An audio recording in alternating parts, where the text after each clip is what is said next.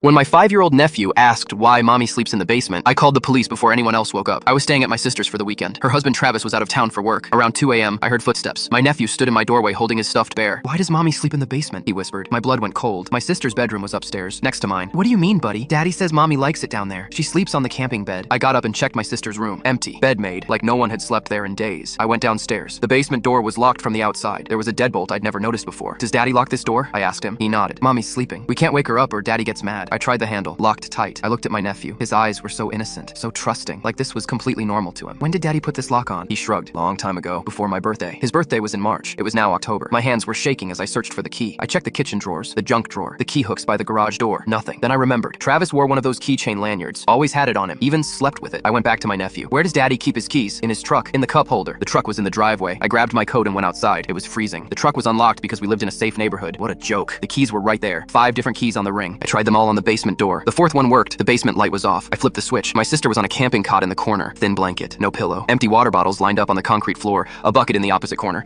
The smell hit me immediately. She looked up at me, and I'll never forget her face. Half relieved, half terrified. "Rachel," I whispered. She put her finger to her lips. "He's coming back tomorrow. Please don't make noise. He'll know you found me." I walked down the stairs. The basement was unfinished. Cold. There was nothing down here except her cot and those bottles. A stack of granola bars, a roll of toilet paper. "How long?" "5 months," she said. Her voice was hoarse, quiet, like she'd forgotten how to speak at normal volume. "5 months? Rachel, why didn't you?" "He has cameras. He watches from his phone. If I try to leave or make noise during the day, he knows. He comes home." She was shaking. "Last time I tried, he put the bucket farther away. Said if I wanted to be difficult, I could live like an animal." I pulled out my phone. She grabbed my wrist. Her grip was weak but desperate. "He'll hurt you too. He'll hurt both of you. Please, just go back upstairs and pretend you never saw this." "Rachel, I'm serious. He told me what he'd do if anyone found out. He's not bluffing." I looked at my sister. Really looked at her. She'd lost at least 30 pounds. Her hair was matted. Her skin was gray. She had a bruise on her cheek that was yellowing at the edges. Old. "Not if he's in handcuffs first," I said. I dialed 911. She tried to grab the phone, but I stepped back. "911, what's your emergency?" "My brother-in-law is holding my sister captive in their basement. She's been down here for 5 months. We're at 847 Riverside Drive." Rachel started crying. Not sad crying, panicked crying. "He's going to kill us. He's going to kill all of us." "Ma'am, are you in immediate danger?" "No, he's out of town until tomorrow afternoon, but she needs help now." The operator kept me on the line, asked questions. How old was my sister? Was she injured? Could she walk? Did the husband have weapons? Yes, hunting rifles in the garage, a handgun in his nightstand. Police arrived at 3:47 a.m. They brought EMTs. My sister couldn't stand up on her own. Her legs had atrophied. They had to carry her up the stairs. My nephew watched from the top of the staircase. He didn't understand why mommy was crying, why the police were there, why the ambulance had lights. "Is mommy sick?" One officer knelt down next to him. "Your mommy's going to be okay now. We're going to make sure she gets help." They took photos of the basement, the cot, the bucket, the water bottles, everything. They asked Rachel questions. She could barely talk, kept looking toward the front door like Travis was going to walk in any second. "He tracks my phone," she finally said. "He knows where I am at all times. If I left, he'd find me." They found her phone plugged in beside the cot and took it as evidence. The detective said they'd been building a case against Travis for years. Neighbor calls, co-workers reporting bruises, but Rachel always covered for him. This time she couldn't. Travis came home to police cars, tried to run, and was tackled 3 blocks away.